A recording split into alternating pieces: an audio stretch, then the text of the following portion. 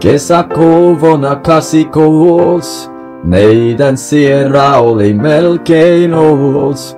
Faija tankkas, motsi pakkasi eväitä. Mä istuin jo takapenkillä, tynny korvissa vein köytettynä. Dino lauloi nahkatakkista tyttöä. Ukki kertoi jatkosodasta, siitä alikersantirokasta.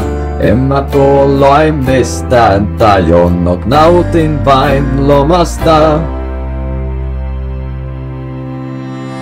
Faija anna monna ja mökkiti, hän lupaan, että saunaan vettä vien. Muistan kivet ja kannotten soratien. Mielessäni olin Henri Toivonen, ralliin oli pienten poikien. Faija nauroi, mutsi pelkäsi katsoa. Kesä loppui ja mulle kerrottiin, ei tule enää reissuja Evitskogiin. Vanhemmat eros ja mökki myytiin.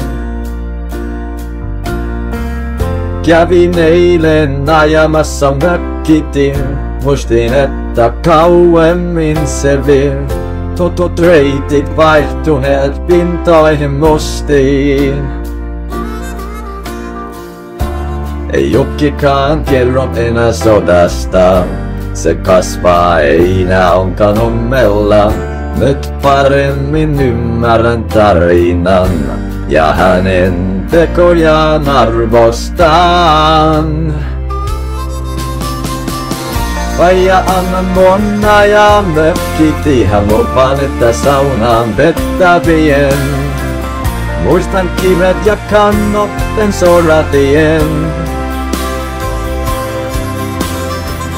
Mielessäni olin Henri Toivonen, ralliin oli pienten poikien. Faija nauroi, mutsi pelkäsi katsoa.